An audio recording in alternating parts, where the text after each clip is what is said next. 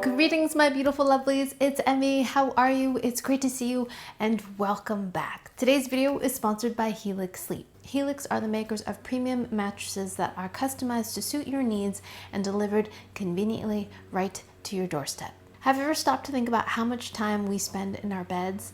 A third of our lives we spend in our beds, sleeping. It's kind of amazing, right? A third of our lives, so why not make it the best? And you can make it the best with Helix Sleep. We found the perfect Helix Sleep mattress by taking the Helix Sleep quiz, which takes any of the guesswork out of finding the perfect mattress match. We entered our sleeping preferences. For example, I am a side sleeper. I prefer a firmer style mattress, and I share my bed with my spouse, who also took the quiz and entered his sleeping preferences, and the quiz came up with the perfect compromise in the Helix Sleep Dusk Luxe, and we absolutely love it. And if you compare it to our old mattress, which we inherited, and while it served us well, it definitely needed to be replaced. Our Helix Sleep Dusk Luxe is firm and supportive, and if one of us is moving around, the other one doesn't know about it, which I love because that was not the case with our old mattress. All Helix Sleep mattresses come with a 120-night sleep trial to make sure you love it, and a limited lifetime warranty, and if you live in the US, shipping is free. Now, while I love my Helix Sleep mattress, Helix recently sent me their Comfort Adjust cooling pillows, which are made with Glacio-Tex technology. The fabric is heat conductive, so it remains nice and cool against your face. It's perfect for these hot summer nights. But what I really love is that the pillows are completely adjustable. You can adjust the firmness and the height of the pillow, making it a perfect fit for your own body. Most pillows are one size fit all, but your body is not. Why not invest in a pillow that you can adjust for your body over time? So if you'd like to try Helix for yourself, you can click the link down below, scan the QR code above, or go to helixsleep.com/emmymade and take advantage of their Labor Day sale. It's up to 30% off select mattresses. Big thanks to Helix Sleep for sponsoring this video and for their continued support so I can make better videos for all of you. So today we're going to be making a Japanese take on a deep fried egg. It's going to be encrusted with panko, breadcrumbs, and we're going to deep fry it. We're going to serve it with a little bit of okonomiyaki sauce, very similar to how you would have tonkatsu, which is a pork cutlet. We're going to be substituting an egg, which is brilliant. You don't need to do any prepping at all. We're just going to crack the eggs, and then we're going to slip it into some oil, which seems a little bit dangerous, but the method that I saw looks rather ingenious. And today's inspiration comes from Okonomi Kitchen. Lisa came up with this recipe. I'll put a link down below to the original blog post. I'm salivating just thinking about it. So let's go ahead and get started. So I've got a saucepan here, and I'm going to heat up some peanut oil. When our eggs are ready, we want to drain them onto a lined baking pan that's lined with some paper towels and a rack. The first time I ever deep fried with parchment paper was a donut recipe, and I thought it was absolutely ingenious. When you have something that's really difficult to hold, it doesn't have a lot of stability, and you try to slip it into the oil, you can do so using parchment. It'll give it a little bit of stability, and once it's in the oil, the item you're frying will release from the parchment, and then you can just pull this out. It's actually quite ingenious. The paper will not burn at the deep frying temperature. So great, a little bit of support. Uh-oh, my flame just went out. Ran out of butane. We also want to keep an eye on our oil temp, so I'm going to zap it and see what we're at. So in this case, it's going to be about 325 to 350 degrees Fahrenheit, or 170, 180 Celsius. I've got a little spider here with a square of parchment in it, and we're going to add some of our breadcrumbs,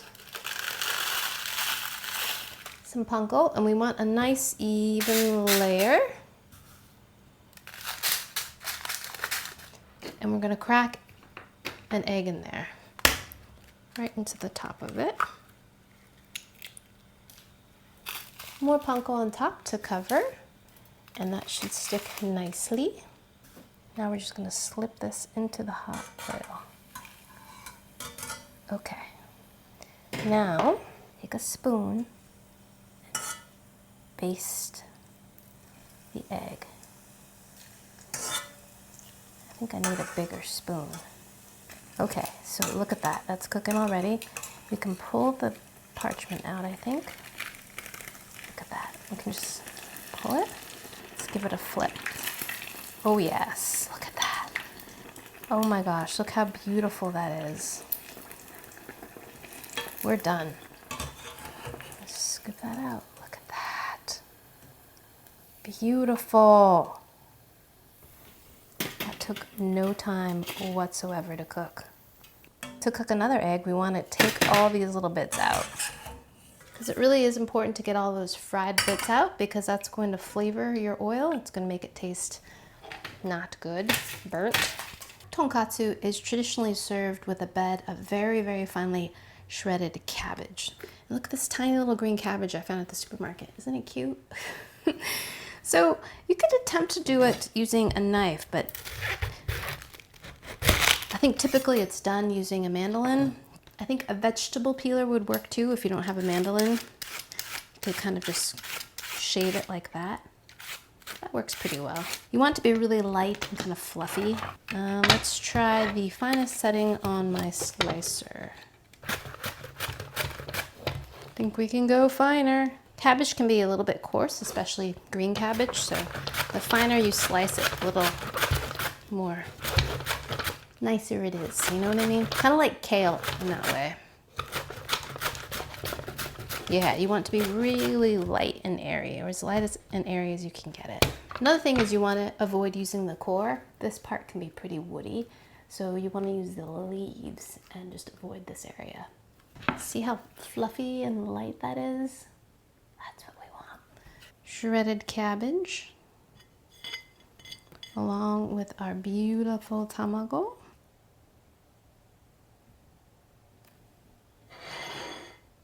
Very nice.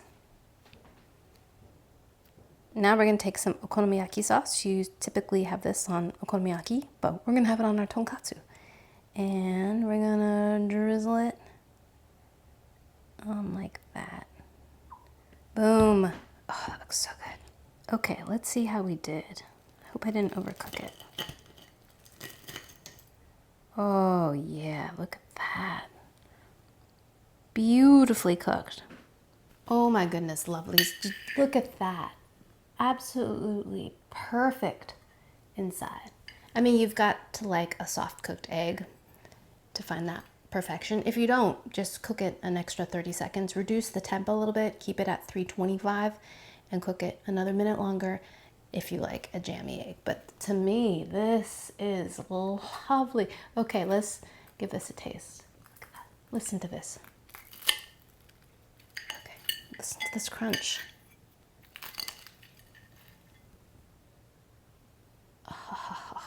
Here we go. Itadakimasu.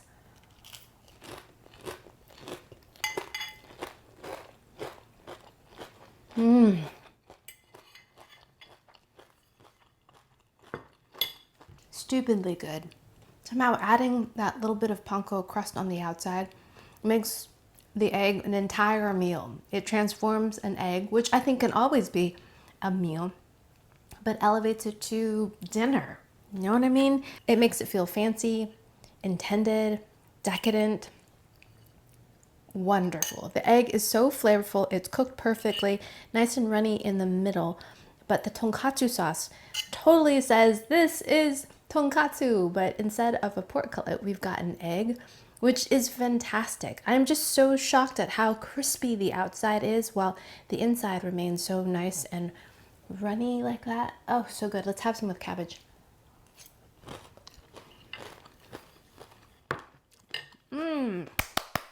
Absolutely ingenious. The tonkatsu sauce has a sweetness to it and a little bit of a spice. It reminds me of kind of like A1 sauce or HP sauce or brown sauce that you can find in the UK. It has those kinds of flavors. A little bit sweet. It goes so nicely with the egg and the crispy panko on the outside. Cabbage is fantastic too. Just a really nice complement.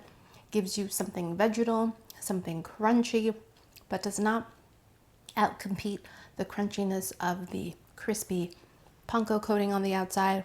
Just fabulous. And light and plain, which is a good antidote to deep fried food. Succulent. 100% recommend and would make again. This one is an absolute winner. I could see so many different applications for this deep fried egg. You could make it into a sandwich. You could have it alone. You could put it in a burger. Oh my gosh, that would be amazing. And what I really love is that it takes no time at all to cook the entire meal. Let me know down in the comments if you've tried this recipe, or if you would try it, or if you have any other suggestions. Thanks so much for watching, and big thanks to Helix Sleep for sponsoring this video. If you'd like to check out Helix for yourself, you can click the link down below, scan the QR code above, or go to helixsleep.com/emmymade and take advantage of their Labor Day sale. It's up to 30% off select mattresses. Thanks again for watching. I hope you enjoyed that one. I hope you learned something. Please share this video with your friends. Follow me on social media, like this video, subscribe, and I shall see you in the next one. Toodaloo, take care, bye!